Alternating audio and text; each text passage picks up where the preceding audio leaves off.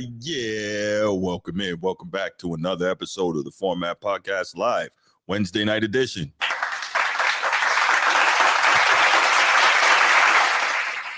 What's going on? As you can see, tonight is just me. I'm rocking solo with y'all. So, I appreciate the energy. I appreciate y'all, helping me keep it live tonight. Steve, what's good? King of the chat. How are you, my brother? How are you? Go Irish. Always. Woodage, what's going on, brother? How are you? Good to see you here. Before we get started, man, I think we got a pretty interesting show for y'all tonight. Always want to give a shout out to my channel members. And of course, that's number one channel member, Laker Nation. What's good, Laker Nation? Host of the Be Ready Sports Podcast. Great show there. If you haven't already, please make sure you like and subscribe to his channel as well. He's doing a great job taking the opportunity to shine a light on up-and-coming athletes who are doing their thing, and maybe they'll be the guys that one day we're sitting here talking about. So make sure you check out the Be Ready Sports Podcast, because in order to be ready, you got to stay ready. But So next up, of course, Chief Sid Bubba. Good afternoon, Chief. Good evening, Chief. Good night, Chief. However you want to say it. How you doing, man? Shout out to you, Chief Sid Bubba. Shout out to the boys from Annapolis. Anchors away, Chief. Of course, shout out to my guy, Baltimore Bruce. And of course, it's not that serious. I appreciate all of you guys. Just dropped a members only show. So check that out when you can, members. That's there. That's waiting for you guys. I've owed you that, so I had to get that done. But it's ready to rock, so you can listen to it whenever you're ready. We got what I like to think is a pretty interesting show tonight.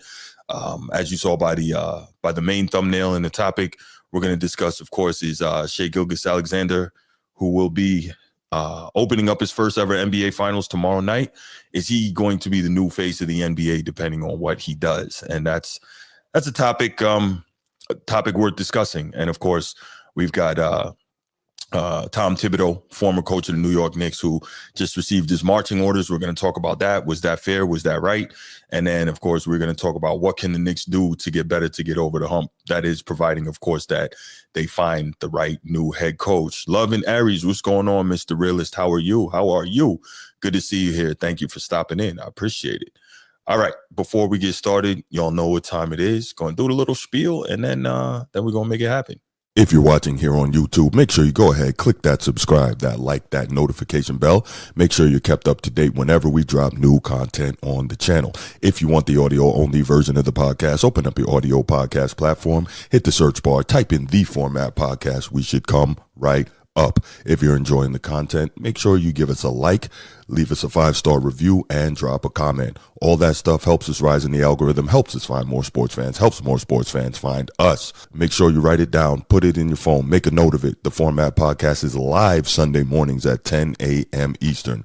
And finally, if you're really and truly enjoying the content we're delivering you, make sure you hit that join button. There's going to be exclusive content here just for you. All right. Edward, man, what's the deal, man? What you talking about, Wild Bruce? What's that about, man? All right. So anyway, we are gonna.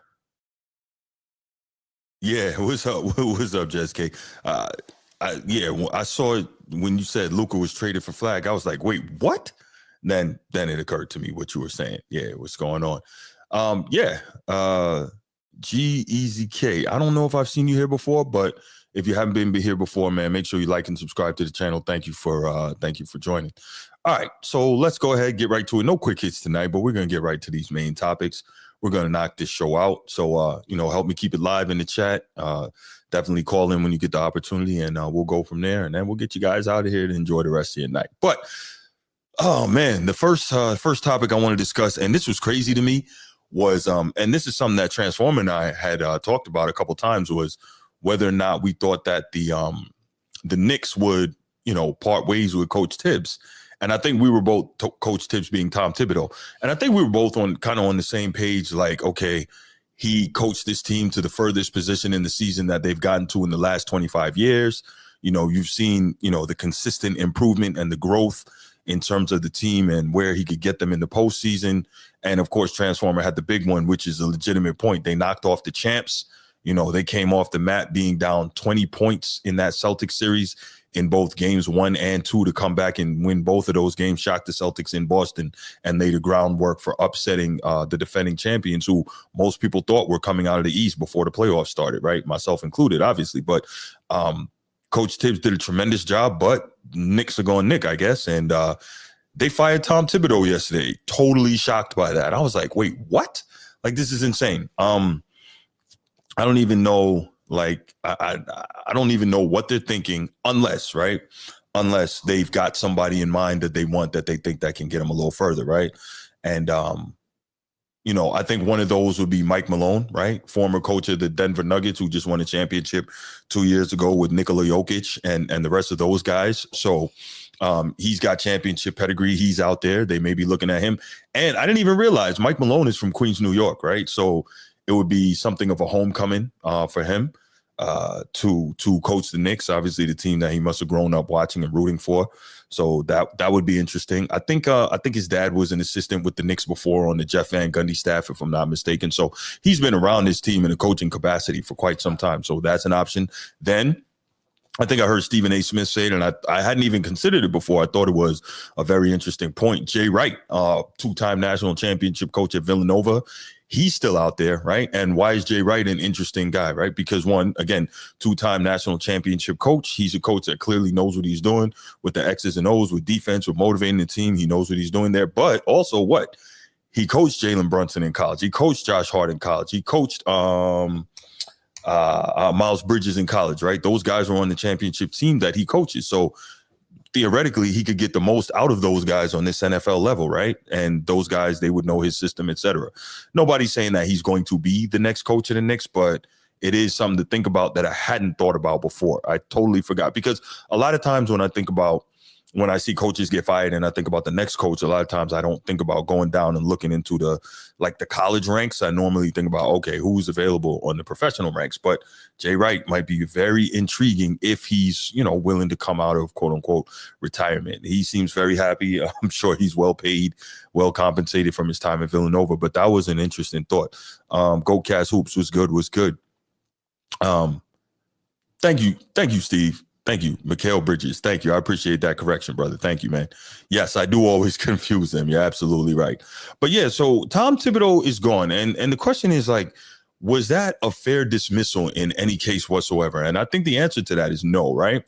Tom Thibodeau has been the coach of the Knicks for almost 5 years, right? He got hired on July 30th, 2020. And during his 5-year tenure, he did some interesting things in terms of, how good he was. So he had an overall record of 228 and 174, 57% winning percentage, which is good. He's the fourth winningest coach in franchise history. He did that over 5 years. Not bad, right? Okay. He led the Knicks to the playoffs in 4 out of 5 seasons. Also not bad, right? They had a 7-year playoff drought when he got there in his first season and got him to the playoffs. Cool. Now, here's the thing. This is where it gets funny, right? So, as I mentioned, he got the Knicks to the first Eastern Conference Finals appearance in 25 years, a quarter century, right? So they beat the Pistons 4-2 in the first round. Then, as I mentioned, they beat the defending champion Celtics 4-2, and then they lost to the Pacers 4-2, right? But the Knicks have not been that far in a very long time. And you saw what I thought was interesting was the fact that over time, you saw him getting better and better in terms of taking the team further and further, right? Because in 2021, they went to the playoffs and they lost in the first round, right? Then in 2022, they went to the playoffs and they lost in the second round, right? Okay. Then 2023, they lose in the second round again. 2024, 25, obviously they get to the Eastern Conference Finals. So what you're seeing is a progression, right? But the problem with modern sports in terms of, I guess, coaches and players, there's very little patience, right? And I think part of that is the amount of money that's involved in modern sports. Like when you're paying these guys this amount of money, a lot of times these owners and ownership groups, they get very impatient. They're like, look, we need to see more or you got to go. But my thing is, it's not like you didn't see consistent improvement. And to me, the issue is not Tibbs. While Tibbs is far from perfect, right? He could have played his bench more, as Woodage just said, and I totally agree with you. It's not as much about Tibbs as it was about the roster. Because even though you got good production from him this year, I think Karl Anthony Towns wasn't necessarily the best move. And we'll talk about possible Knicks roster moves in the next topic. But I really didn't like the fact, I'm not going to lie to you, I did not like the fact at all that the Knicks let this guy go based on what he was able to do for them in his tenure. Like, I just don't think that's cool. Oh, he also won NBA Coach of the Year in 2021, his first year with the Knicks. And I'm like, so he did a lot, right? Back-to-back 50-win seasons for the first time since 1995. 200 plus career wins as head coach of the Knicks, right? He's only the fifth coach to do that. His first year there, they had the best defense in the league.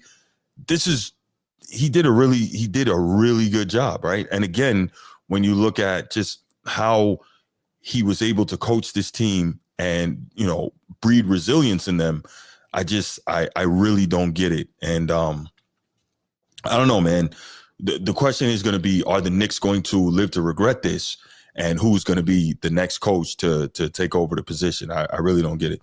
Moody says Tibbs needs an offensive coach next to him. Yeah, I agree, right? Like an offensive guy to be the type to, run that side of things, right? Kind of like an offensive coordinator. I can agree with that. And by the way, as Woodage mentions, an offensive coach that Tibbs needs, well, now that Tibbs is gone, another guy that really needs a shot and should get a really fair chance at getting this job is Sam Cassell. Think about how great Jalen Brunson, not that he's not already playing great, but how great he could be under a guy like Sam Cassell, who has been a key contributor on multiple championship teams, and who has 3 rings as a player, and I believe he has a ring as a coach, right? So he's a champion. He can teach you what it takes. He knows what it takes. He also knows how to run point at an extremely high level, right? He's been an all-star. He's been a champion, so on and so forth. So, yeah, absolutely, Woody. Sam Cassell was a fun player to watch. Shout out Baltimore Bruce. Sam Cassell was definitely a dog. And, you guys know how much I love Hakeem, your dream. Dream, my favorite player. But if we're honest, Sam Cassell contributed a great amount in that back-to-back title run to Dream getting those championships. So, not going to stun on him at all. But as a coach, I think Sam Cassell could definitely I think he definitely deserves a legitimate shot and a really fair opportunity to get that job. I think he could be dangerous, man. He knows what he's doing. He clearly knows what he's doing. He's put his time and he's put the work in. He deserves a shot. And I think that Jalen Brunson might flourish even more. And the Knicks would, under a guy like Sam Cassell, they would run a better, more true offense instead of kind of, give Jalen the ball and just let him do his thing, because that is an exhausting play style, and not a lot of people are going to be able to hold on to that, So it is what it is. Woodage says Cassell was Kenny Smith's backup was probably leaps and bounds better. I don't know if leaps and bounds better. Both of them at their peak, that would be very interesting. But Kenny Smith, he was better than he got a chance to show in the NBA. That's the crazy part. But anyway, let's see. Edward says, I saw the Suns hired a former assistant coach from the Cavs, so I think they need to break it up, trade KD and D-Book. Yeah, we're going to talk about that a little bit more later. So anyway, I'm looking at this thing, man, and I think it's just so grimy to me the way that the Knicks did Coach Tibbs, because he did a tremendous job. I think he was great in terms of mindset-wise, blue-collar, gritty, hardworking, tough guy for a tough city, right? And it's interesting, like some of the places where he's coached, right? Obviously, he was a coach in Chicago. Definitely fits that kind of mindset and that kind of mentality. Head coach in New York City fits that mindset, fits that mentality. Now, a guy like Tibbs, he wouldn't fit in LA, right? As great as the Lakers are, he wouldn't fit because that's not him. But Chicago, like Detroit, might be another type of place. Obviously, they don't need a coach, but that might be another type of city where he could flourish. Obviously, he did a great job in New York, right? When Boston won the championship in 2008, he was the Doc Rivers' #1 assistant, like the defensive coordinator. Great spot there. So it's so funny how certain places, the mentality just fits and it's just kind of right. Almost like, if we want to make a football analogy, Mike Ditka when he coached the Bears, right? It just fit with Chicago. Like that was the type of, and Buddy Ryan, that was the type of city and the type of mentality and the type of coach that just kind of worked together. But anyway, let's see. Apparently, Woody says apparently all the players outside of Brunson went against Tibbs. I don't know if it was all the players. I know that Karl Anthony Towns went against Tibbs, but I wouldn't expect anything less. Like Karl Anthony Towns is soft. Like, he's not that dude. Now, he played a little tougher this year, but on the whole, he's just soft, which is really weird for a guy that grew up in the tri-state. Like, where did he get that kind of soft mentality from? I really don't know. Oh my God. That's like, what is that about? Like, that's not what New York and New Jersey is about, right? They called New Jersey Dirty Jersey for a reason, right? Brick City and all that. And obviously we know what New York City is. So it's really kind of, it's strange to see a guy from the tri-state moving like that. That's really weird. Yes, Edward, I try to tell you, man, what's wrong with you? Like, when it comes to this hip hop thing, Edward, listen to me, man. I know what I'm talking about, bro. What did you write? You're right. Cat definitely was like that. He definitely was like that. And I can't even imagine the pose that he made.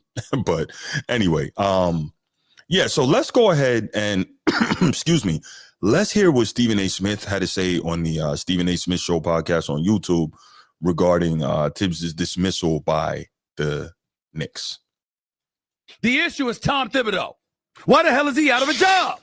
Again, he's not flawless. Again, there have been times where I've been critical of Tom Thibodeau, no doubt. But for him to guide the Knicks as deep as they did, for him to upend Boston, and I don't want to hear about no injury to Jason Tatum, because Jason Tatum went down with about a couple of minutes left in game 3, and the Knicks were about to go up 3-1. And he was healthy when the Knicks beat Boston games 1 and 2 in Boston of that Eastern Conference semifinal series. So I'm looking at all of that, and I'm saying, yo, we got to call it like it is. We got to call it like he see it.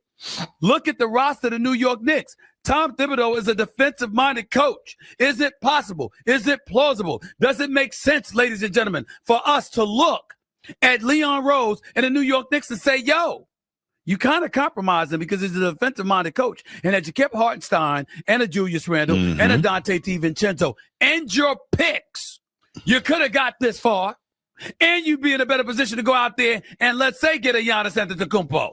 But the likelihood of that happening is slim now. And it's just something about it that don't feel right, that don't seem right. Shams Charania of ESPN reported that the Knicks thought it was just time to move in a different direction. I spoke to sources within the New York Knicks. They're like, it's time, Stephen A. It's time. Time for what? Time for what? I mean, I'm truly, truly, truly at a loss.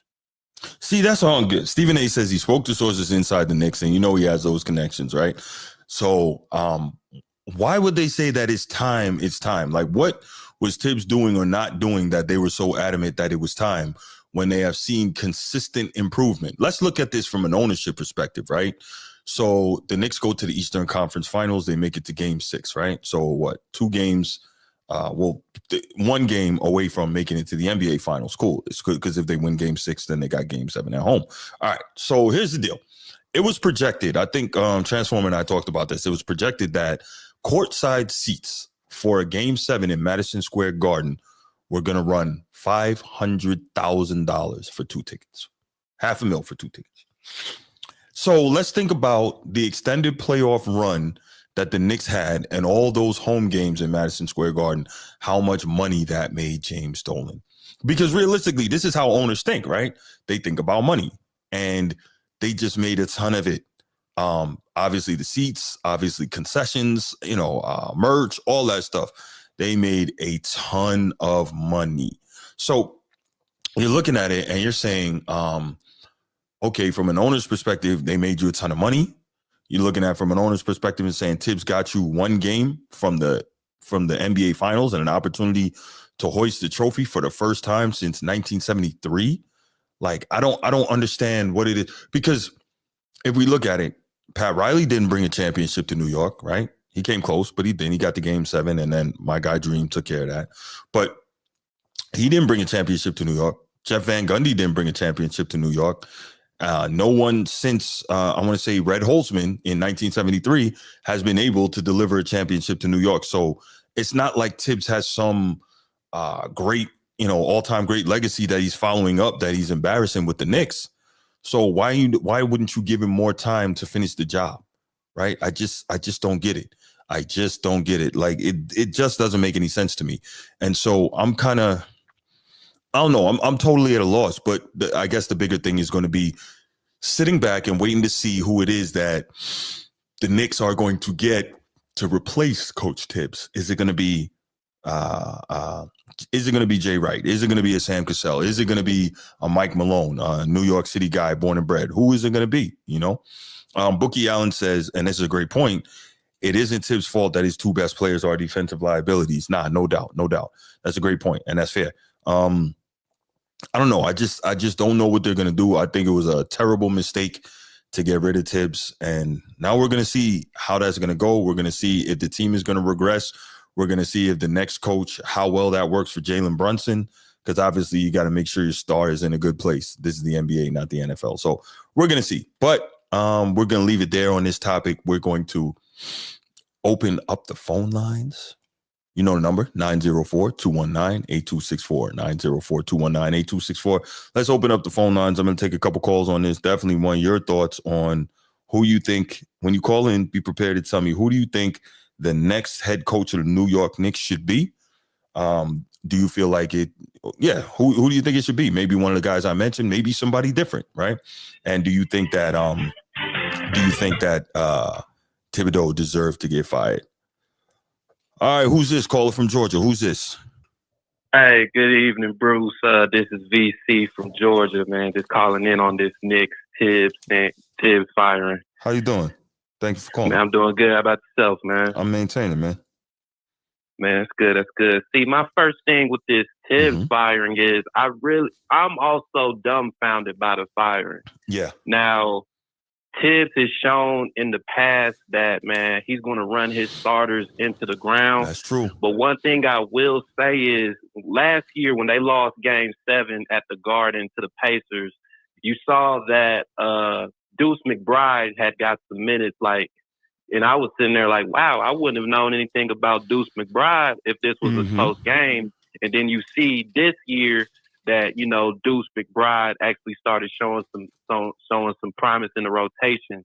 There's also another gentleman who got some minutes. I forget his name. I believe it begins with an S, light-skinned guy. You saw him get some minutes. I think he scored like 3 threes at the end of Game 6 or one of those games. But, I just don't understand with the Knicks. Like you said, these guys haven't won a championship since Red Holzman. Pat Riley only took them to the finals once. Right. I would like, and then I also heard Stephen A. Smith saying this is an underachieving season. When you beat the defending champ nobody had New York winning. We pretty much thought it was Boston coming. Boston was going to be in these finals. Correct. So I would think that you build off of that going into the next season. Correct. I've heard talks about the Giannis trade, like maybe trading Giannis for Cat. Like Cat might get moved again. I don't know, but I don't think firing the coach, I don't think that was a smart decision. I think you was just. I think Tibbs, he got to utilize those rosters, man. Agreed. And I do get it. If you're going to keep running your players in the ground, you've done this at 2 other destinations, so right. I can see why you step away, but I just don't know what's the front office expectations out of this team. No, I agree wholeheartedly, man. You make a lot of great points, and we're going to talk about possible Knicks roster personnel moves in the next topic. But yeah, I think all it says to me is that the Knicks are just a poorly run organization. That's all there is to it. Because they have their best coach in a while, and they just decided they were going to blow that up for no reason. It doesn't make any sense. None at all. At least not to me. The one thing I've noticed is I think a lot of these teams, they start panicking once the guys in ESPN, I don't know if this is intentional, but it's like these ESPN guys, man. Like, for example, with your team, the Celtics, they start saying, I don't know, man, one guy has to be the superstar. Now you start thinking about trading either Tatum or Brown. So, yeah, I was actually surprised by that move by the Knicks, man. Very surprised. But as far as a future coach, I'm thinking Mike Malone would be the best option. He has a ring, That's so right. It looks like it's win now in New York. But I'd also but when you brought up Sam Cassell, man, that's also a good choice. He's won a ring as an assistant coach. He's been around talent. He was in Washington with a young John Wall. He was with the Clippers with a young Shea. So I think this will also be a good opportunity to give Sam Cassell his first shot. I think he'd be a great players coach. Yes. And I think he would have the championship pedigree Yes. to instill into Brunson, playing on that other side of the ball. Because, I mean, the Knicks are an intense team. So, hey, maybe this is that piece away. Yeah, no, agreed. And I think to your point, it would be great for him to be able to kind of teach Brunson how, as good as he is, to run more offense and be less, ball dominant and less ball centric, right? I think that I think he would be a great mentor for Brunson if he took over that team. I don't know, man. I don't know. I think it would be a great fit. And also, right, it's not New York, but Sam Cassell, he's a Baltimore guy. What does that mean? Yeah. That means gritty. That means I-95, tough. yep. Yeah, right. That means gritty and tough. And so if you can handle that, you'll be all right in New York, right? So, yep. I mean, and obviously, I again, agree. Yeah, three-time champion as a player, one-time champion as a coach. So I think that I think Sam Cassell could be a great fit. I hadn't even considered the Jay Wright piece. That also could work very well in terms of him coaching his Villanova guys. Getting the most out of them. I think there's definitely some intriguing stuff. As we mentioned, Mike Malone, I knew he was a champion and all that. I didn't even realize. I don't know why it didn't hit me that he's a New York City guy too. So, I mean. Oh, yeah, I didn't know that either. Yeah, he's from Queens. Okay. So Wow. Right. So I was like, oh, okay, there's that too. So there's a lot of interesting opportunities in place and a lot of interesting possibilities as head coach. But to your point, man, they shouldn't have fired Tibbs. I think that was a terrible firing, man. You got anything else? No, that's it for me, man. I'm going to keep tapping into the show. Yeah, I appreciate it, man. Thank you so much for calling, man. Make sure you hit that like and subscribe. Yes, sir. All right, brother. Have a good one. All right. Good call from VC. I think that was his first time calling. That was good. All right, who's next up? We'll take a couple more calls on this. Definitely would love to hear what you guys are thinking about the Knicks and who their next head coach should be. I'll wait another minute or two and then we'll move on. But yeah, this is man, Knicks is just a poorly run organization, plain and simple. Only poorly run organizations make moves like this. Sometimes you luck into having the type of player that can get you over the top. Like you see Denver, that's a poorly run organization because they had an opportunity to, who knows, win another one. You have a head coach that won just 2 years ago and you fire this dude over some BS. This dude being Mike Malone. Like, I don't understand how some of these people move, but it is what it is. All right. Doesn't look like we're going to get any more calls on this topic. So let's go ahead and move to my second topic, and that's Knicks roster moves. And so this one is interesting, right? Because if you remember when I was first talking about Tibbs getting fired, what was one of the things I said? I said that I feel like the issue is less about Tibbs, Coach Tibbs, and more so about the roster. And I think the key is, as good as Brunson is, you're putting so much on his plate and so much in his hands in terms of, take us there, right? And we saw that he's one of the best. He won the Clutch Player of the Year award this season. He's one of the best clutch players in the league. He's one of the best clutch players now, it appears, in Knicks history. So we know that he can get you to a point. But to win a championship as a small guard, only very, very special people are able to do that, right? And be the main gun, of course. And that's like Steph Curry and Isaiah Thomas, right? Allen Iverson got there, but, he ran into the freaking buzzsaw, right? And that, of course, was Shaq and Kobe. He wasn't going to beat them. So it takes something so special as a small guard to take a team to a championship. And I don't think Brunson is that good as he is, right? And so what does that mean? That means to me that the Knicks need a second guy or another guy to take some of that offensive pressure off of Brunson, right?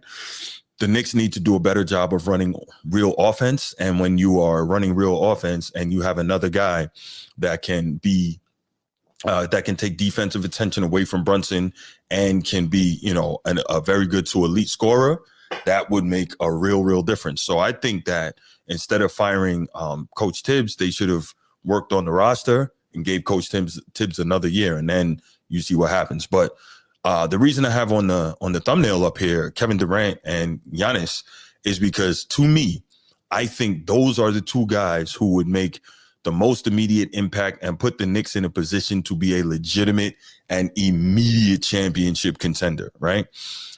Steve says, holding his call for the last topic. All right, Steve, all right. Oh, my gosh, Steve, you and KD, man. Steve said Knicks need KD. If they were smart, they would take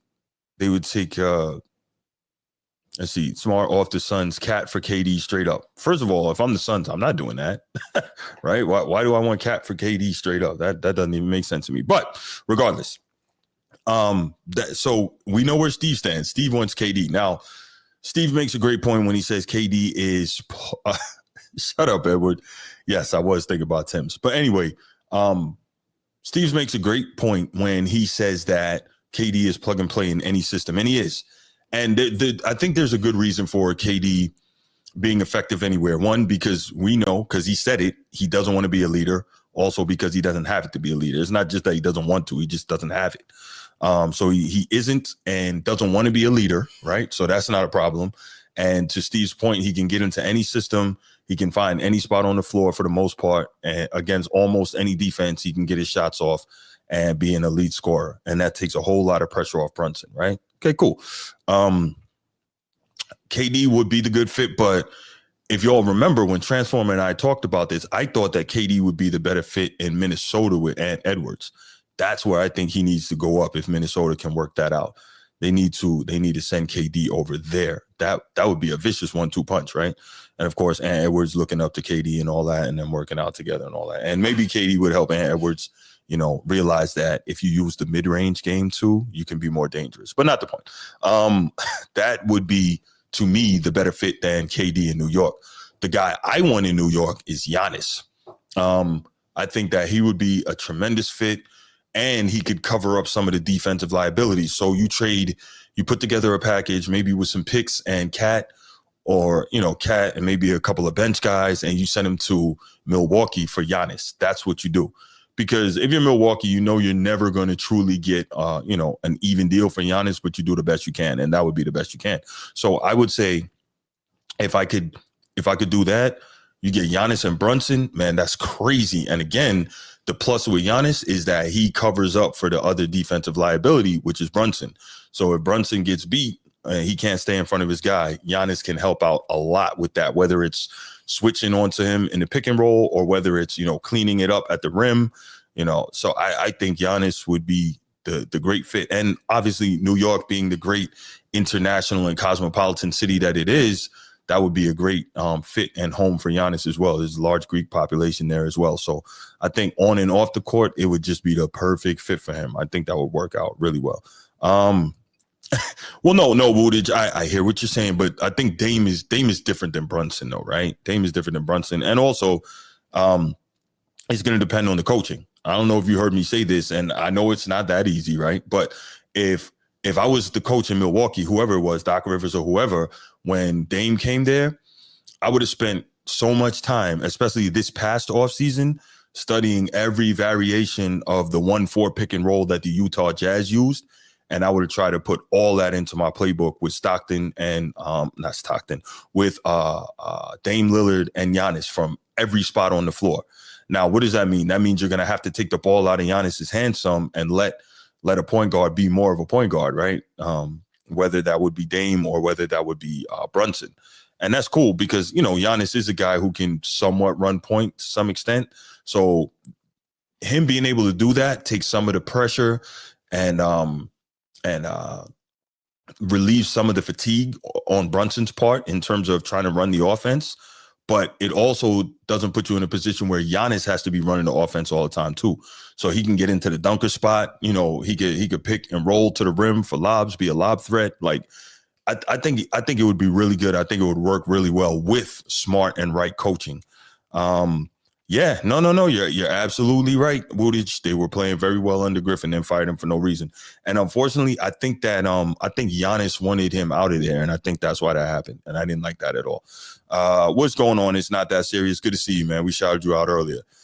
Nino says, I like Giannis. Yes, I like Giannis too, Nino. But yeah, I think Giannis in New York with Brunson, I think it would be a fantastic fit. I think it would work really well. again, because you got the defensive ability to clean up a lot of what Brunson couldn't handle. And of course, you have the offensive ability to score points, to rebound, and a totally different type of mentality than Cat. Giannis is going to put pressure on opposing defenses instead of bailing them out by hanging out, shooting threes. Like, that's something that y'all know it really bothers me. And I'll talk about this more in the next topic. I hate when you got somebody that's a legitimate offensive threat and they bail the defense out too often by hanging out, shooting threes. Giannis also wanted Budenholzer out of there after he coached him to a title. Yeah, I think that's true too, man. That's tough. That's tough. But I think that Giannis would be just a really great fit in New York, man, with Brunson. I think that would be great. And I think you could get it done with Cat and, a couple bench guys maybe and a couple draft picks. You make it work if you have to.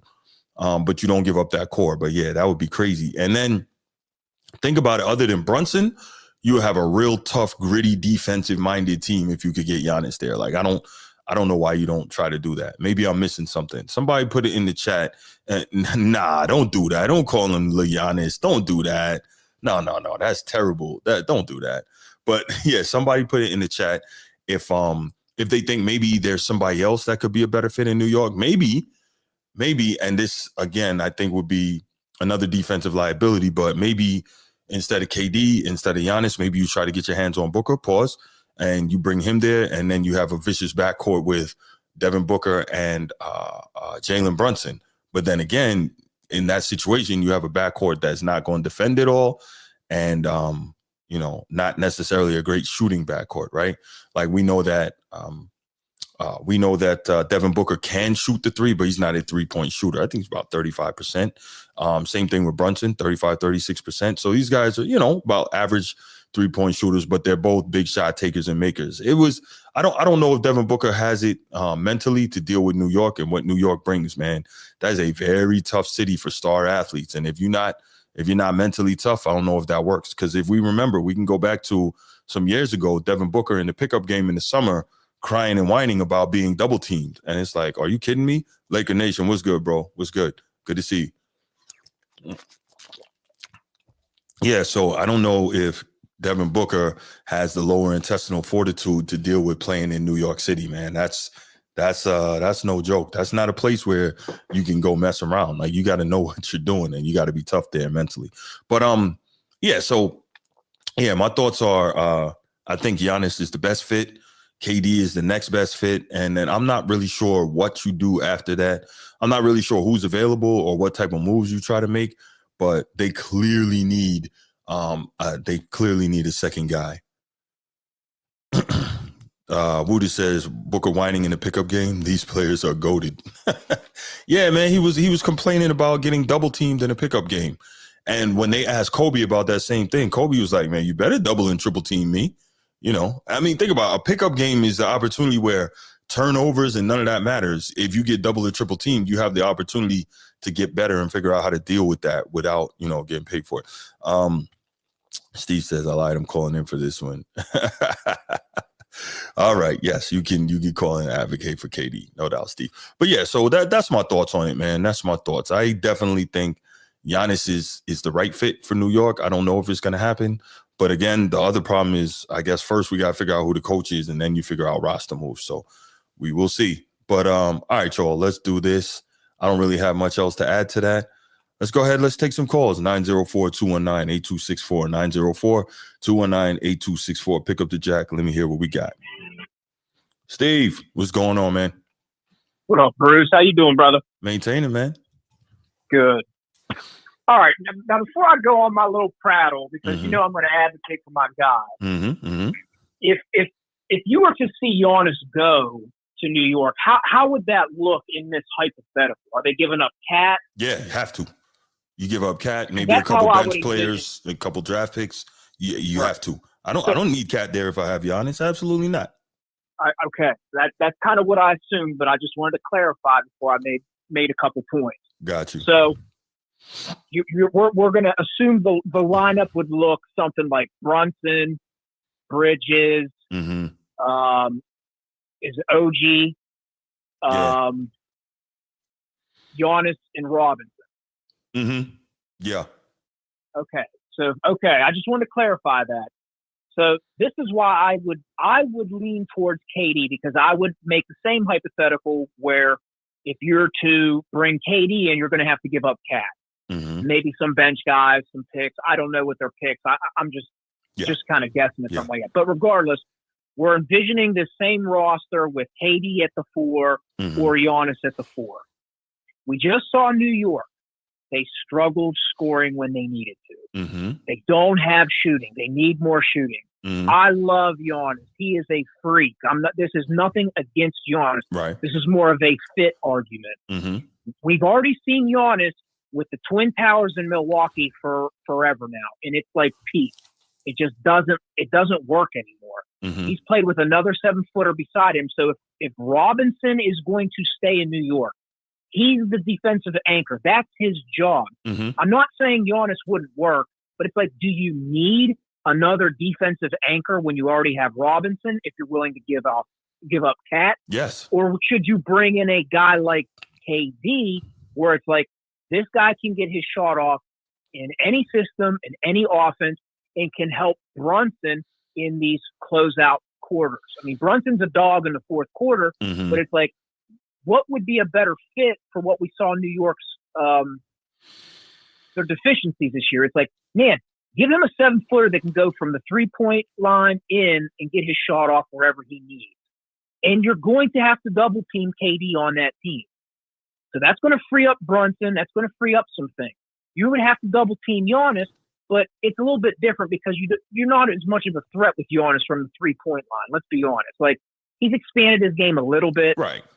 You're not going to – you can just pack the paint with Giannis and you can kind of nullify him to a degree. Well, with KD, it's a little bit different. I don't think you can pack the paint with Giannis because, Brunson, while he's not Steph Curry, obviously, can still stretch the floor enough. Josh Hart can stretch the floor enough. OGs can stretch the floor enough. They're not shooters, but they can shoot. Yeah. You know what I mean? And then on top of that, the fact that and I'm not saying KD doesn't defend, but I do value a guy that, with Giannis, he can give you 25, 30, but he's still an elite defender, right? And so I love the fact that he can clean up with Brunson when Brunson gets beat. And, if you get caught in that 1-4 pick and roll, well, you're not getting caught in the 1-4 pick and roll because Giannis can handle that. So many modern coaches love to switch the pick and roll.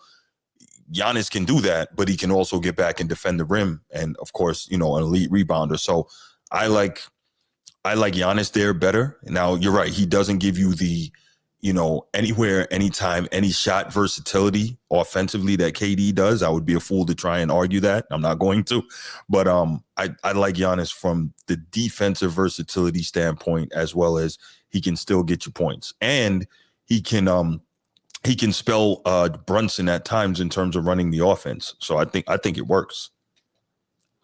It's not me advocating against Giannis like I'm saying it wouldn't work, because Giannis is he's one of the 3 best players in the league right now. Mm-hmm. So it's not me advocating against. No, I got you. The only thing I would prospectively, from my perspective, how I look at this is New York. You can never have enough defense, but it's like, would I add another defender, or would I add a guy that, like, Katie's not bad on defense, especially if you give him a real center, which they've never really had. DeAndre Ayton, I'm sorry, but he got exposed as soon as he got there. So it's like, you can get away with KD playing the 4 with his length, where no, he's not Giannis. It'd be blasphemous to even compare the two defensively. But it's like, when you have Obi, when you have Bridges, when you have Hart, when you have Deuce McBride, you have wing 3 and D guys. So it's like, I agree with you, but you're going to have guys switching no matter what, and you still have your anchor in Robinson. Why wouldn't you add a guy that can go out to the 3-point line and legit draw a double team to free up these guys that we agree they're not shooters, but they can shoot? So it's like, guess what? With Giannis on the floor, I don't know if they're getting those wide open shots with someone like KD. So I feel like you're benefiting offensively with a more versatile offensive player, and you're still going to have a very competitive defensive team. Let's be honest, all those guys that we named, from Robinson to Hart, Obi, and Bridges, like, those are legit defenders. Like, those guys can guard. They can switch basically everything. Maybe not so much Robinson, but the wing guys. They can switch anything. Right. So I would, again, we're going to agree to disagree. I'm not saying you're wrong. I'm not saying you're wrong either. I think what this comes down to, Steve, is just differences in how we see the game, right? And of course, you know me, man. I'm kind of stuck in my old school ways on that. I got to be honest, And you just stuck in hating on KD. Anybody that I like, I swear you write it in the notes. It's like I'm gonna shit on Jokic. I'm gonna shit on KD. But Notre Dame, we're good. Hey, we're good. We're good on that. We are good there. Go Irish. But yeah, I just look at it from you're not sacrificing that much on defense because let's be honest, Cat wasn't a very good defender. No. So it's like bringing in KD. I honestly think you're getting better defense at the 4, and you're getting elite offensive ability that can really help Brunson. Now, it's not to say Giannis isn't an elite offensive player. He's elite at what he does really good. Yes. But we're talking about from like in playoffs when you're drawing double teams, like you need to get a shot off. Giannis does have limitations. Not me shitting on him. It's just that's true. But anyway, I won't let other people call in because I can go back and forth with you all. No doubt, man. I will argue KD like the Bronsexuals be twerking, bro. You know me. I know it. And fighting, slapping each other with honey, right? Hey, slapping the honey. You got poor honey everywhere. Right. No, I'm not mad at you about the KD. I think the KD definitely could work as well. And by the way, I'm not saying Giannis is a better player than KD, which is interesting. No, I'm not. But it is interesting. How far does his being elite on defense take towards the fact that he still gives you 30? You know what I'm saying? Because like what I look at, obviously KD is a far superior offensive player. We get that. But he gives you 27. Cool. But like he's a little less on defense than Giannis is. How far does Giannis's defense, how much closer does it get him to KD as a complete player? That's kind of more my question. Individually right now, yes, Giannis is the better player. If we're going peak for peak, I'd still lean KD. Yeah, but like and I agree right with you. now, and where you're correct is like, yes, what Giannis will give you defensively is definitely better than what KD. This is why I argued more from a fit standpoint, where it's like they have the 3-and-D wings. Right. So it's like you have a defensive stability in New York with 4 guys on that roster. It seems like adding a little bit more versatility offensively would make them a little bit tougher to guard because I think you're going to get a good defensive team from New York, whether you have KD or Giannis. Yes, it would probably be better with Giannis, but it's like now you're sacrificing shooting. Where with KD, you're sacrificing a little bit of defense, which you can compensate with for given the versatility of those 3-and-D guys. Right. But now you get the versatility on the offensive end where it's like, man, you're going to have to guard KD 30 foot out, where you're not going to have to do that with Giannis. Yeah. But I think part of my thought on this is, like I was saying also, is that I would prefer to see KD with Ant in Minnesota. But, yeah, I've heard a lot of people say that. Honestly, I think KD would fit both. I mean, KD fits everywhere. We've seen that. Yeah, he fits everywhere. He's one of those guys. Yeah, the thing with Phoenix, it didn't work out because they sunk all that money on that Beal contract. They couldn't really build much around. Like, and granted, it's partially KD's fault. If you're a top dog, you got to take accountability. That's right. But at the same time, it's like Booker was never healthy. Beal's never healthy. It's like he is 36. He's getting up there, and he's not LeBron. Like he don't have the PEDs like LeBron. He doesn't have the Miami Clinic. So already know like his aging's a little different. Well, hey, I'm not accusing. I'm just hypothetically. Yes, Steve. But anyway, brother, I might call back in for the last segment. I appreciate it, man. I'll be in the chat, brother. No doubt, man. I appreciate the call. Thank you, Steve. My brother Steve with a great call as always. All right. I want to take another one. Pause. I want to take another call in on this topic. And I definitely would like some thoughts on maybe there's somebody that we're not thinking of. This doesn't have to be relegated to just Giannis or KD. Like who else might be a good fit that somebody thinks could help the Knicks next season? What do you think? Somebody call in and let me know. I'd love to hear this. Edward, what's up, brother? Yo, Bruce, what's poppin', fam? What's up, man? You gonna stop calling me Kermit, man? I called you Money Make You Miss too in the chat. You know did. what I'm saying? Nah, I'm got messing too with happy you, man. when Miss Lady had said, "Hey, you got a little bit too happy, so we're gonna keep it pushing." Man, you gonna stop, man? You stop, stop. But anyway, hey, yo, then now, Yeah. hey, Steve, bro, Steve, you gotta chill, bro, with that, man, with this. Oh my God, hey, if you can't critique his game, you gotta critique him off the court. But we gonna keep him pushing and rock and rolling. So, Bruce. Yes. Now, I think I sent this to you. Hey, yo, partner left and pause. No did when I said I slide in your DM. Yeah. Yeah, you might have. I haven't been checking that stuff today, but you probably did. But what you got? But so I don't think. I know everybody talking about Cat getting traded and everything, but man, I don't see that happening. Leon Rose, he's a Cat guy. It goes back towards his Kentucky days. So I don't get see that dude up out of there, man. I don't see it happen, Bruce. I'm not saying you're wrong. I'm saying they need to get that guy up out of there if they have the opportunity to get something better. You gotta get rid of him.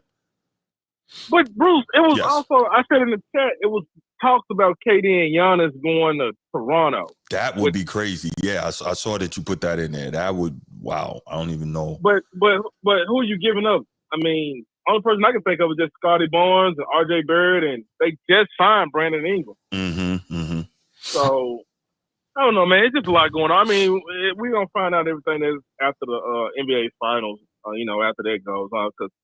And also, let me say this here: the situation with the Suns, with KD Book and Bradley Beal. There's no more big three no more. No. It died. You can't just put three guys together. They have to be three guys that can work together.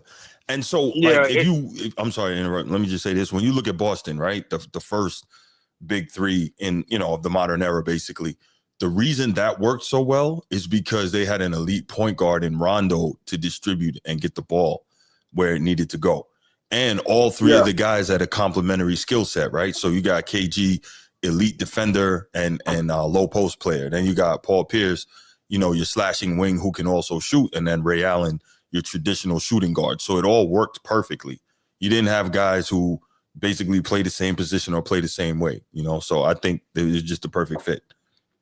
Yeah, that's true. And it's like they try to say the same thing about when Giannis was going on his run about the big three. I've seen that being a perfect triangle with Drew Holiday, Chris Middleton, and Giannis. Yeah, that was pretty good. That wasn't a big. I wouldn't see that being a big three. No. Of course, I think the last best big three was the. Would you say the Golden State was a big three with Clay, Steph, and KD, or the Miami was the last? Miami more so. Golden State, nah. Like they brought in KD obviously, but the rest of that team was built organically. So I wouldn't even say that. Nah. Okay, but as far as that, man, I mean, Cat, man, he was killing the Pacers. But you want to talk about his defense? Hey, he wasn't the only person that was liable on that defense, man. No, Brunson was getting cooked. Yeah. Both of them was getting cooked on the defense. So we can't just put it all on Cat. No, I didn't because remember what I said. If Giannis goes there, Giannis is the guy that can clean up when Brunson gets beat on the perimeter. But my thing with this, though, Bruce, Giannis he needs the ball, the rock in his hand, just like Jalen Brunson needs the rock in his hand. So how is that going to work? I think they both do, but the key is if you have Giannis there, when Brunson has the ball, that takes some pressure off of him, right? And think about it, Giannis can be a roll man in a 1-4 pick and roll, right? He can go to the dunker spot. Giannis can do other things, right? Right. So you know that. And then also in a situation where Giannis has the ball, that gives Brunson an opportunity to breathe a little bit, and he doesn't have to be the main guy trying to initiate offense and trying to score and do all that, right? Now, if he scores, cool, but it takes some of the physical pressure and exhaustion off of him. So I think it could work both ways for both of those guys. Well, hey, we'll see when it comes to that. You know what I'm saying? And also, it wasn't a good big three with the Brooklyn Nets with Kyrie Irving and Kevin Durant and James Harden.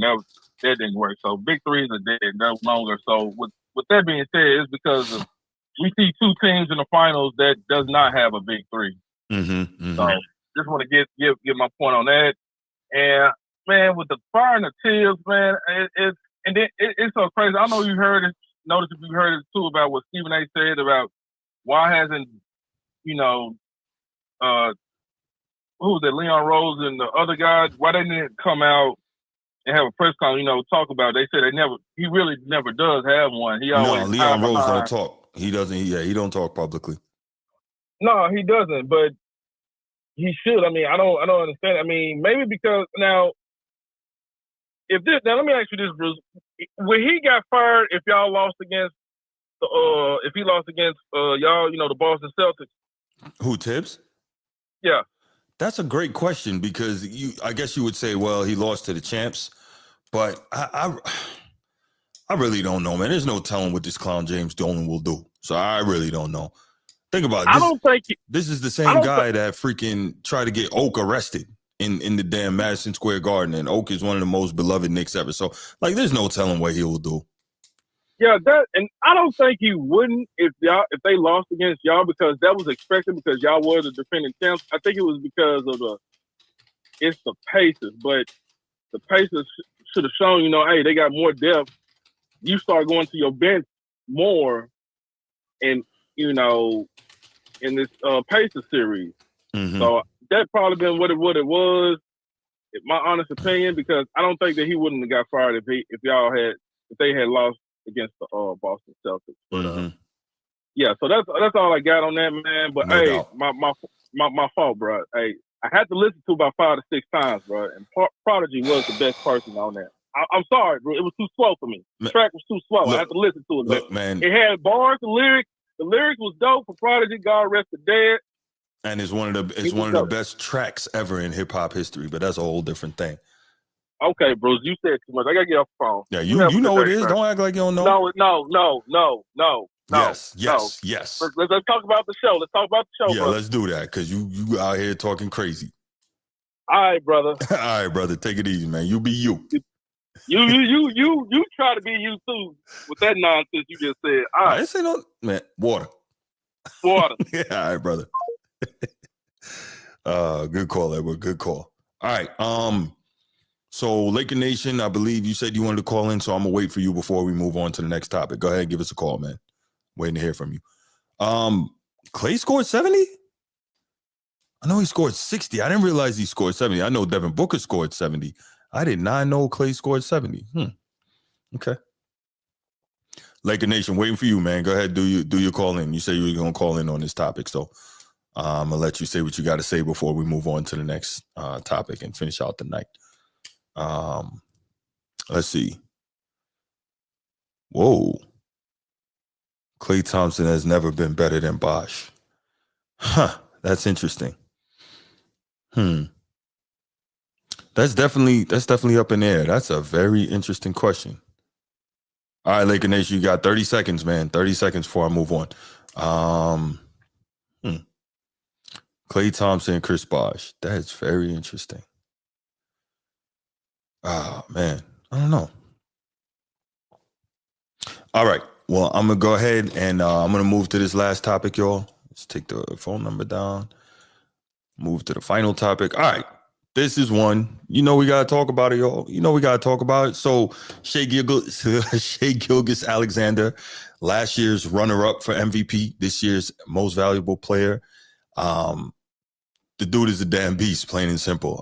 Shai, I love his style. And now the question starts to become is he going to be the face of the NBA? And I think this is interesting because one of the things I've always said is that a foreign player can't be a foreign-born player can't be face of the NBA just because Americans want to root for Americans. But SGA, even though he was born in Canada, I believe he went to high school in the States and obviously he went to college in the States. I think he went to Kentucky. So, I mean, it's not like he's European or Asian or something like that. He's much more identifiable with the American fan. And so I think it's cool. Now, we watch SGA here. I love SGA because, one, he plays defense, and two, on the offensive end, he plays basketball like a traditional shooting guard. He gets into the mid-range, and he doesn't do something that I hate what my guy Tatum does, and that's consistently bail out the defense by taking lazy three-pointers, right? Tatum has this whole skill set, but too often he's lazy and he will bail out the defense by just taking a bad three instead of, working the mid-range and getting to the rim. A lot of times they call SGA a free throw baiter, right? Is that what they say? A free throw merchant, right? But it's not so much that he's a free throw merchant, is that he's consistently putting pressure on the defense, the opposition, and the officials to call the fouls by being in consistent attack mode and not bailing out the defense by just shooting threes all the time, right? And so when you are in an era and you're officiating a game where so often the offensive player is just going to pull up and shoot a three, right? And then you have a player that is in attack mode constantly, always going to the rim. And we'll look at some of these highlights again. You have a player that's consistently in attack mode going to the rim. You are going to be more inclined to blow the whistle and not give him, but call the fouls that he is able to draw. And so we see that SGA is an elite finisher at the rim. I love that. He's also an elite mid-range player. I love that. He's not super athletic, right? He's not a Kobe or a Michael, but he's he's crafty. He knows how to get his shots off in tight spaces. And again, he knows how to finish. And you love that. So this whole business of him being a quote unquote free throw merchant, I don't really like that. I heard a crazy stat that even if you took all players' free throws away in the NBA this season, he still would have led the league in scoring. So we got to stop this nonsense of pushing the fake narrative. Oh, he's just a free throw merchant. Nah, he attacks the rim, and so he gets the calls. He doesn't allow the defense to be bailed out by being lazy offensively. And so I think the dude is so legit. Let's go ahead. And this was commentary from Kendrick Perkins, probably around the middle of the season. And this is about 90 seconds, minute and a half, what he had to say about SGA. Listen, no Chet Holmgren, no Isaiah Hartenstein, no pen, no pencil, yet he's still drawing all the damn attention. I heard how you SGA, right? When you talk about a guy, and we're getting to the MVP conversation, yes, he's my front runner. Let's take it a step further. We've been wondering who LeBron James and Steph Curry is going to pass the torch to for as being the next face of the NBA. I think SGA won the word right now. And when you talk about checking all the boxes, he checked every single box for what you want, and not only in the franchise player, but a guy that could actually be the face of the league. You want culture? He's giving you that. I have a question, Perk. As someone who has worn the jersey, the Oklahoma City jersey, this is not New York. This is not LA. This is not one of those crazy big markets. How much does his play this year, given those circumstances, mean to the city and to those fans? It means everything to it, right? When you talk about a guy that's shining, putting them on the market, and like has an opportunity to change the economy, right? When I played there, right, Kevin Durant opened up his restaurant. The city was popping downtown. It was booming. So here's the thing. One thing K Perk says that SGA checks all the boxes in terms of being a face of the league. I got to disagree with that. Like, he doesn't seem to have a whole lot of personality. His game, even though he's super nice, his game is not super exciting, right? Like Ant-Man, right? So I don't think he checks all the boxes, but I think as a player, as a guy who doesn't get in trouble, a lot like Tatum, and a guy who can really be dominant, MVP and all that, he checks those boxes. But again, I don't know that SGA has the it factor that a lot of times you need to be the face of the league. And realistically, these NBA finals are going to tell you if he's got what it takes to be the face of the league, right? And what do I mean by that? If he can draw people to a TV, then we'll know that he's got what it takes. If the ratings are still trash, then he can't be face of the league, because unfortunately, there's more to it than just being an incredible player, right? Let's finish up with K Perk had to say, and then we'll go into some more stuff about SGA.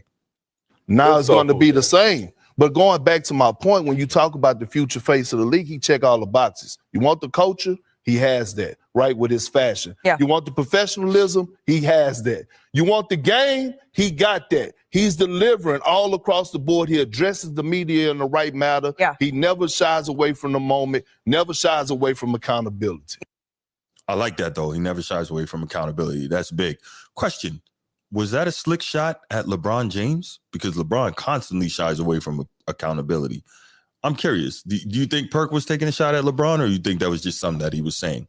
Yeah, let me know in the chat if you think so. I do think that's interesting. But anyway, Yeah, I think SGA is definitely missing something to be the face of the league. Now, as I said, we're going to find out in these NBA finals because we know he's probably going to put on a show, right? He's going to get busy.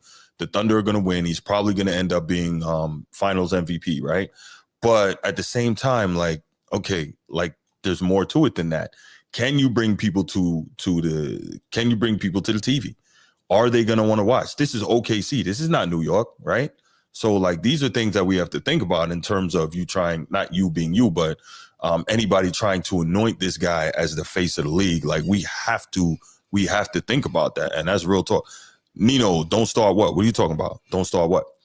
But in the meantime, while I'm waiting for Nino to tell me what I'm supposed to be starting about, this is interesting, right? Obviously, let's look at some of the stuff that SGA was able to accomplish in this season alone in the NBA. Obviously, he was the MVP, right? He edged out. He beat Jokic and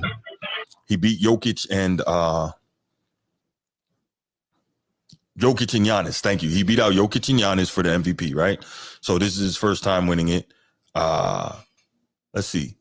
Wow. Did y'all know he's the first ever Kentucky Wildcat to win the MVP? That's crazy.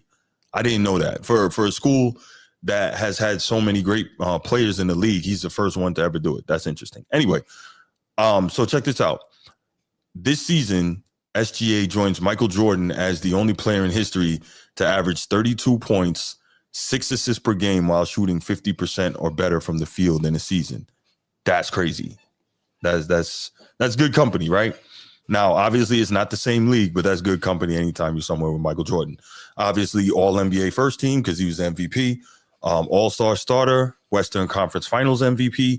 Now, I don't really do, the conference championship MVPs as anything in terms of historical precedence because other guys didn't have the chance to compete for those awards. Those awards are only like 2 years old. So I would just say, that's great that he was able to do that, but I wouldn't use them to, raise him up and put him on any historical footing based on that, right?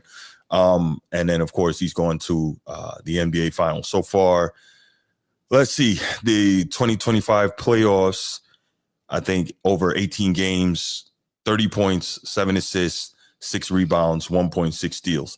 I think he's the only player in the league as well to average 1.7 steals and one block. So, I mean, we see what he was doing on the defensive end. So he just did his work and he scored 50 or more points 4 times. So, he's done it, man. The SGA is amazing. He's a hell of a player. Nino, what kind of question is that? No, SGA is not better than Magic. Are you on drugs? What? Oh my goodness. What kind of, I think y'all be trying to mess with me. Y'all can't be serious with some of these questions you ask. Y'all just mess with me. All right, I got you. But yeah, so SGA better than Magic. You must be crazy, man. Magic is the second best basketball player ever. Yeah, I said it. But anyway, SGA, I think he's got a ton of tools, but he's not the guy in terms of being the face of the league because I don't believe that he is enough of a needle mover to do that. I just don't. Again, he's got the opportunity to prove me wrong in these finals, but I don't see it. Exactly, Chief. Exactly. Magic is the number 2 guy of all time. He's that good. And I hate to say it, but he is. He was that good. But yeah, SGA, SGA is outstanding in his own right, but like we got to stop this. Like that's not even close to being a question. But anyway, what do y'all think about SGA being the face of the league? I can't see it. I think he's got all the tools to be one of the best, if not the best player in the league. But unfortunately, that doesn't always make you the face of the league, right? There was times Tim Duncan was the best player in the league. He could never be face of the league, right? So, I mean, I understand that they're desperately trying to find somebody to fill that void because LeBron can't play forever. Steph can't play forever. And honestly, I don't even think LeBron is definitively the face of the league. I think he shared that with Steph for, a lot of the time in the modern era, but that's a whole different thing. All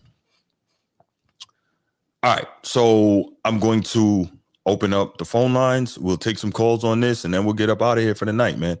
904-219-8264. Laker Nation, I saw you call, man, but you were too late for the last segment, so I didn't want to interrupt this one. But if you go ahead and call, then you can give your thoughts on whatever it is you wanted to address. But yeah, y'all go ahead and all right. Steve, what's up, man? I had to call back because I wanted to touch on this topic. Please. Okay. SGA is a fantastic player. Nobody's saying he's not. But to become the face of the league, it's a natural thing. It's a natural movement. It just kind of happens. It's organic. It just becomes a thing. Mm-hmm. Right now, we're in this influx where it's like we still have LeBron in the league. We still have Steph in the league. Mm-hmm. You know, I don't want to say it because he's not on their level, but you still have a guy like KD in the league. Mm-hmm. Like, I wouldn't put him on that level, but like at one point you could argue. So it's like when you still have this old guard mm-hmm. in the league, it's difficult for this natural next phase of the league to happen. Now, it happened with MJ, but right now it's difficult because it has to organically happen. Like, one metric I use on something like this, it might seem irrelevant, but I think it's actually important because becoming the face of the league, like I said, is organic. It comes from the fans. Mm-hmm. It comes from the viewers. And right now, you still see LeBron, you still see Steph. These guys, mm-hmm. their jersey sales are still in the top 2, 3. You know what I'm saying? Yeah. So it's like, is SGA the face of the league? I don't know. I don't think the fan metrics, as far as viewership, jersey sales, the things that would draw the natural movement towards SGA are moving in his favor. Mm-hmm. Now, what we're seeing right now is the league is forcing a new face of the league. They've tried it with Jaw. They've tried it with Ant-Man. Mm-hmm. Now they're trying it with SGA. This has to be a natural thing that happens. That's true. But that's kind of how I look at it. I don't want to let other people call, but I just want to get my 2 cents, bro.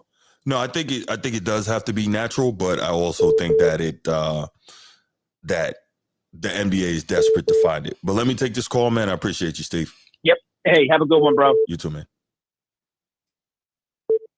Chief, good evening. Oh, I missed him. All right. Chief, call right back, man. Sorry I missed you. I was trying to get over. Call back. I want to hear what you have to say. I can't wait. I think Steve is right in some ways that it happens organically, but in other ways, like I said, like I've always said that when Michael Jordan left and the NBA was hurting in terms of trying to find that next guy, a big part of it was that they did a poor job in prepping the fan base and prepping the league for the next guy, right? You can't make the next guy, but you, in my opinion, you do have to prep the fans and prep the league for the next guy. And I think that the modern NBA has been so dependent on LeBron and Steph that they haven't done a good job in prepping for the next guy. And that's why we're hearing all this, and they're so desperate to have that next guy. Oh, is such and such the next face of the league, blah, blah, blah, you know? So that's what I think. Chief Sid Bubba, waiting for you, man. Go ahead. Please call back. Sorry I missed you. But yeah, that's what I think. Also, Laker Nation, call back. Missed you too. Definitely want to hear what you had to say. But yeah, that's I think that's what the deal is with that. But Steve, to some extent, is right. Like it works best when it happens organically, but how often does it happen that way, right? Obviously, you had Mike and Magic and Bird, which was just, perfect. That worked out. And then, of course, you had Mike, who is just such an absolute force of nature. Nothing was going to stop him from being that guy. And then maybe for a little while, Shaq or some combination of Shaq and Kobe. And then, Kobe by himself because he was so maniacal in his work ethic and desire to be the greatest, even though he didn't quite get there. And then, excuse me, LeBron and Steph. So I don't know. I do somewhat agree with Steve that it should happen organically. It just doesn't always. That's what I think. Yeah. Chief, waiting for you to call back. Laker Nation, waiting for you to call back too. So that's my thought. There we go. What's up, Chief? What's going on? All right. I think SGA is the guy the league really wants. Like you were saying earlier, mm-hmm. if you're going to be the face of the league, you're going to have to take it. Yes. That's what Mike had to do with Magic and Larry. He had to say, hey, fellas, there's a new sheriff in town. That's right. So he had to take it. LeBron, when he failed in 2011, guess what he said to Boston? I'm the face. He had to take it. You know, like for Golden State, they had to wrestle against Bron. Right. So when you're talking face of the league, you just can't be given. You got to take it. You got to take the crown. Now, do I think the NBA want to give it to him? Yeah, he's the perfect candidate. You know, when Kendrick Perkins was talking earlier, he's the lead on the court from Canada, global icon, good high character guy. He don't get in trouble like Zion, Ja, or Ant-Man. So, so he checks the boxes, but you can't pass the torch to be the face of the league. You got to take it. Yeah. Now, would the NBA want him? Yeah, he's the humble killer. He wins, market well, represents the future of basketball. Right. But to really be the face, you got to take it. Yeah. And I don't know if personality wise, like he's got that. He doesn't strike me as that. Like he goes out there and gets busy, but he doesn't strike me as I'm going to be the guy and I'm going to take it like Kobe. You know what I mean? And of course, there's only one Kobe. I get it, but he had that. He had that desire to take it, just like Mike had the desire to take it. And so, he's LeBron. Now we might disagree with LeBron's methodology of doing it, but he wanted it and he had to take it. He had to okay, I'm gonna have to go out there and show you. Yeah. However I can get it, I'm gonna take it. However I can get it, I'm gonna take it. Now, but I think that's what SGA has to do. I'm the face of the league. It ain't, that I'm not humble or anything, but I'm going, if this is my spot, I have to take it. Right. I earned this spot. I have to take it. You just can't pass the torch. You got to take it. No, that's fair. That's the old way, the old guard to do it. You got to take it. And, like KD, Bron, Steph, their time, they had their time in the sun. Yeah, agreed. Agreed. Time to let it go. Yeah, time to let it go. New sheriff in town. Well, I think that's also difficult when you're a competitor, and when you think this is mine. Like, obviously, I don't believe LeBron is a great competitor, but that's a different story. But I think that Steph don't want to give up. He doesn't. Yeah. I think he truly believes that they have an opportunity to win again. Yeah. But you got to have that mentality, though, right? So you got to have that mentality. Yeah, you got to take it. Then, like with Steph, he had to win. I think SGA got to win the big one. I can't say he's not on that level yet. He got to win, and he got to show that he's gonna win. Because anything can happen between now and then before you just go ahead and try to pass the torch. They tried passing that torch before and it didn't work out. Yeah. So not only he needs to beat Indiana, he needs to beat them convincingly. I think that's going to happen. I think they beat him in 6, man. I can't see anything. They beat him, but he gonna have to have his performance to beat. He can't just be quiet, humble. He got to take it from him. He got to show he's the man. He got to assert himself as the alpha in doing it. I think he's going to do that. I definitely think he's going to. Like, who else on his team is capable of doing that? Right? So I definitely think he's going to do that. Yeah, Jalen Williams is pretty good. He's a solid. Now I ain't gonna say he could be the man to take the league, right? But he's pretty good. When I see my boy Edall talking about hate him, take him, hate him. Oh man, look, man. But you can say what you want to say, but you can talk the talk, but you gotta walk the walk. You definitely in order to get it. So that's the difference with Tatum. Tatum says all the right things. He checks the boxes, but did he take the title by the hand when Boston won? So Yeah, I can't see that. And you a Celtics fan. Yeah, no. And you, as a Celtics fan, you can't push him to be the face of the league. I cannot. It's hard to put him the face of his own team. So right, that's that. Right. And Edward hates me for that, but it is what it is. Like he's just not. He's not. That doesn't mean he's not an outstanding player. He's just not face of the league material. That's two different things. But like I said, he's the most marketable for the NBA, and the NBA want to be pretty much international, close to America. So I think he's the best candidate, but he's still gonna have to take it. He's gonna have to. I ain't from Missouri, but he's gonna have to show me. Agreed. All right, Chief, you got anything else, man? Nah, shout out to my boy, Laker Nation. He's trying to get in here. Yeah. I can't wait to see what he's gonna have to say. Yeah, no doubt. As soon as you get done, we're gonna have him. We're gonna have him call in. All right, man. I appreciate it. Thank you for the call. Yes, sir. All right. Laker Nation, go ahead, man. Last call. This is you. Laker Nation, call in. Laker Nation, call in. Maybe there's a delay or something because when I say call in, like, I don't know, he doesn't call in right away. Figure that out. But yeah, Laker Nation, we're waiting for you because I want to hear what you have to say on this.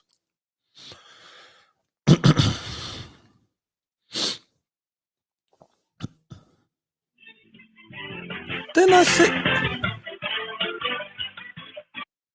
Edward, didn't I say Laker Nation, man? I said Laker Nation. This call is for him. I want to hear what he has to say. Because as soon as I take your call, that's when he's going to call in and he's going to say he can't get through. So, hold on. Laker Nation, I'm waiting for you, man.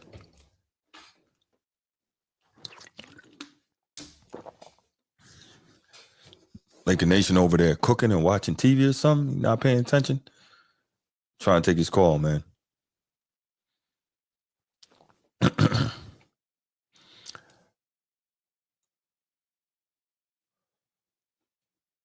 All right, come on, Laker Nation.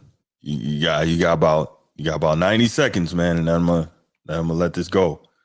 I'm gonna go ahead and wrap this thing up. But I really want to hear from you, so come on, work with me, bro. All right, yeah. So I think that I can't see. I think Chief had a really good point when he said that SGA really has to go out and like dominate in the finals to be that guy. But even if he does, he still may not be. It's, again, there's just more to it than being an outstanding player. And I don't know if he's got it all. So we'll find out. Yeah. So I guess we got what we got. Edward, you got 60 seconds, man. Call in and say what you got to say. You got 60 seconds. Hurry up. And nobody calling you out, man. You always on this Jason Tatum thing. What you got, man? What you got? Hey, yo, 60 seconds. I got you. That's not gonna take me long. Number one, hey, Sid Bubba, I better not see you on 3rd Street while you calling me out. You already know what I mean by that. And number two, Bruce. Yes. If Tim Duncan could not get it with him being much dominant, what makes you think SGA is going to get it? I didn't say SGA is going to get it. I didn't say that. Well, because it all number one. Hey, I hate to say yes. He went to Kentucky. He won a championship. Went to school but he's not a true born American. I hate to say that, but I'm not being a hater. I'm just telling the truth. No, you are telling the truth. You are. I'm just telling the truth too early. And not only that, your market matters and your jersey sales matter. He's not even a top 5 in jersey sales. That's a great point. Okay. That's a great point. Okay. He's not. He's number 9. You still got the Joker, Curry, and LeBron. So it's all about it's a marketing standpoint. So yeah, I mean, then now that if y'all want to say JT is corny and boring, the same thing could be going for SGA God. Too. Yeah, I said it. I showed it, Sid Bubba. I said it. I showed it. Yeah, but the only difference is like SGA is better than him, though. That's the other thing. What? What is it with you and Tatum? What is it with you and Tatum? Is he your favorite player? Hey, I mean, Calvin, I'm not mad if he is. No, But... no. Hey, now you gonna be called Calvin on this one, player. What do you mean by that? Now, what he's better at? SGA is better than him. He is. What, get to the free throw line? Oh, here we go. I already explained that, man. You need to stop this foolishness, man. Man, cause y'all, hey, yo, JT, hey, man, yo, bro. You know what? It's all good. I'm not even finna go there. Please. I'm gonna drink my water. Yeah, you do that. I'm gonna drink my water Nation, too. call in. Somebody call in, Bruce. You such a hot take, man. Oh God, that's crazy. Man, you and this Tatum thing, that's wild, man. You swear you're a Celtics fan or something, but that's okay though. That's okay, bro. Hey, man, Tatum got game. I didn't say he doesn't have game. When did I say he doesn't have games? But you sit up here and let this utter out your mouth that SGA is better. Yes, he is. And what? Getting to the free throw line? I already explained why SGA why does it bother you so much that SGA shoots free throws? Explain that to me. Hey. Meanwhile, we know that if they took every free throw away from every player in the league, SGA would still lead the league in scoring. Bruce, that should end that right there. Okay, no, Bruce, what is he better at now? What is SGA better than Jason Tatum? He's a better scorer. What? He's a better scorer. He's a better mid-range scorer, right? Better? Yes. Man, God, we just don't forget about what Jason Tatum did to Philly and nobody's forgetting about what Jason. You know what? He dropped a 50 ball and a 60 ball. But Laker Nation, please hurry up, call in and talk to this brother of mine, man. You and this Tatum thing, man. Bruce, man, you really gonna need some soup and some tea and a thermometer. All right, listen, man. Hey, look, whatever you say, you know how when they was in the thing when Cam did the whatever you say, it's whatever you say, Bruce. Whatever you say, Yeah, that's what you did. Yeah, hell yeah. All right, brother, man. My God. All right, Edward, you have a good one. Edward always giving me hell over this Tatum thing, man. All right. Well, look, I'm going to go ahead and I'm going to let it go right there. I appreciate everybody who rocked with me tonight. Thank you so much. Make sure you're sharing the show. Make sure you like and subscribe if you haven't already. Appreciate the feedback. Appreciate the calls, all that. Y'all have a wonderful night. And you'll probably hear from me again before Sunday. But here's Laker Nation. Jeez. Laker Nation, what's going on, man? Man, I must have been on delay. Yeah, you was on terrible delay. I'm like, Laker Nation, call. We waiting for you. But go ahead, man. Kick it. Drop your knowledge. I don't be on a delay, man. I just refreshed it, and he was like, I'm about to call it a night. And I'm like, did I miss the whole damn show? Yeah, I kept telling you to call in. But anyway, not the point. What you got, my brother? Damn, I'm going to rewatch the show. Why'd you go live so late today? Do you have something on the topic, Laker Nation? Like, I got an alert like 9 o'clock, like Women Podcast going live. I'm like, damn. Yes. Well, I worked out. I was able to get off mine and catch yours. Exactly. But exactly. I was talking about KD earlier. Mm-hmm. Like with the new switch, coaching change, KD is pretty much out of there. He's gonna be in a new uniform next year. Agreed. The best split, in my opinion, would probably be Minnesota. Mm-hmm. For KD? I just think maybe they do it. Yeah, maybe they do a sign and trade with Rudy Gobert or Nas Reed, because I think Nas Reed is on his way out. Mm-hmm. Last time I'm checking. Then I just saw rumors today talking about moving Rudy Gobert. Really? Well, the Knicks need a big. So that could be an option. Depends on how they want to play defense. See, Rudy Gobert can only work if they will allow him to be a traditional rebounding, rim protecting center. If they want to do all this foolishness of switching everything, then that's not going to work. That's not what he is. He doesn't need to be that. But anyway, go ahead. I'm sorry. But isn't not too many teams that have assets to do a straight up trade with them. That's true. He does make a lot of money. Well, they have to, but they want multiple. They want multiple picks. The Knicks don't have that. Mm-hmm. The only teams that do are San Antonio, Mm-hmm. Dallas, or Philly. Okay. They're the top three. They got the top three picks in the draft. They're the only ones I can think of that be enticing for to lure KD over there. The only way the Knicks can get them is they have to get a third team in there. Mm-hmm. And they will have to offload so much. Like, it wouldn't make any sense if they have to gut the roster. That's the only thing I can think of. I don't think the Knicks have to gut the roster because remember they got a big money chip in Karl Anthony Towns, so you just use him. If you're Phoenix, would you do a? Let me ask you this, Bruce. You're the Phoenix GM. Mm-hmm.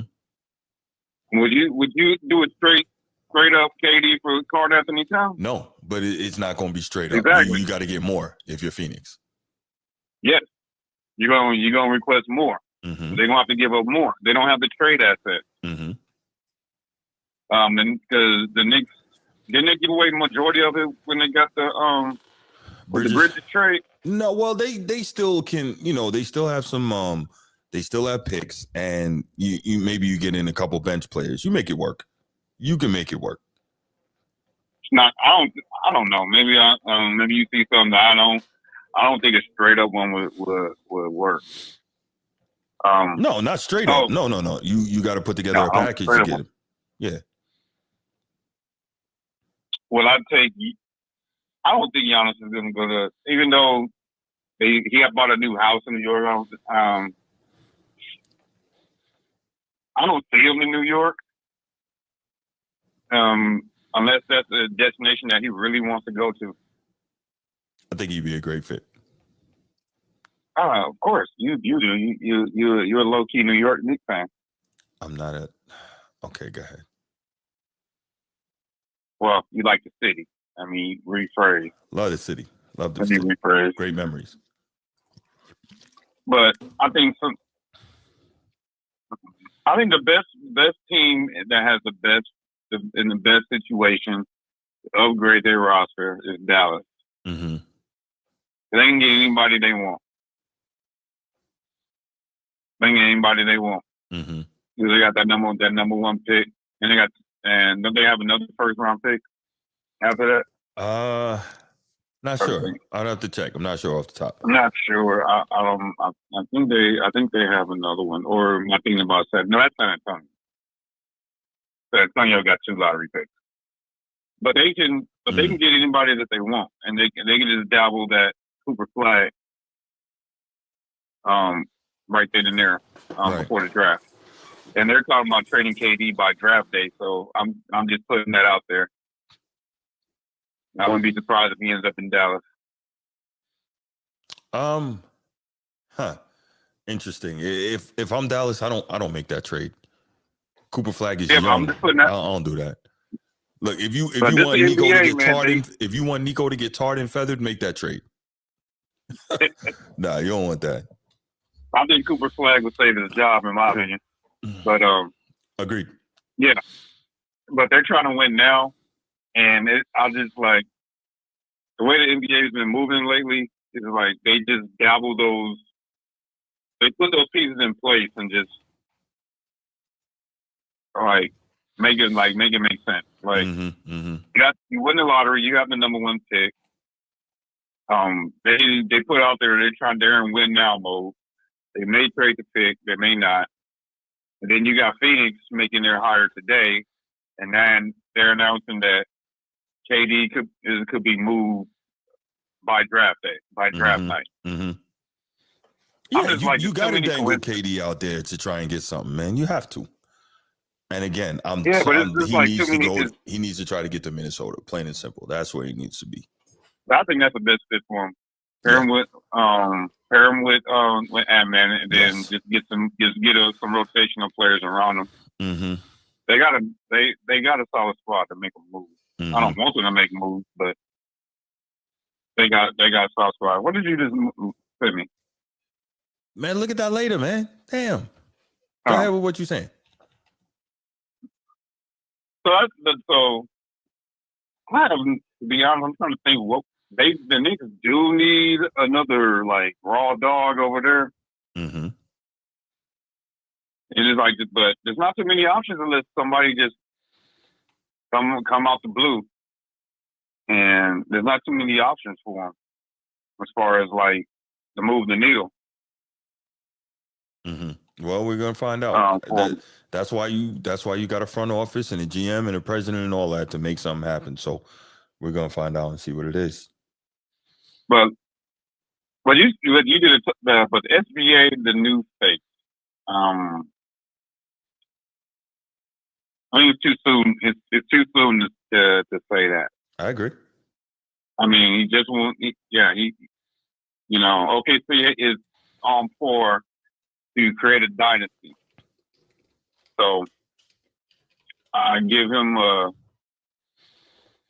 we'll see how this season finishes out. Give him a couple more seasons. See how he does next year after the winning the MVP. Because as of right now, yes, if you say he checks all the boxes. I don't think he checks all the boxes. Maybe. I don't think so. Maybe he like you said, he's good with the media. You know, he don't get into no trouble. Mm-hmm. He don't have no drama on the court. The only negative thing they say about him is they call him a foul baiter, which that has been disproven. Yeah, and it's total BS. Right. It's total BS. He's not even top end in free throw attempts. So I don't know how he's foul baiting. Well, keeping it simple. I don't know if you heard me say it. If you took away every free throw made by every player in the league this year, he'd still lead the league in scoring. So, I mean that's it right there. And he's not even in top 10 in all his season in free throw attempts, and he's not even top 20 in MVPs that scored over 30 points in free throw attempts. Right. So at the end of the day, he's not even up there in free throw attempts with MVPs that scored over 30.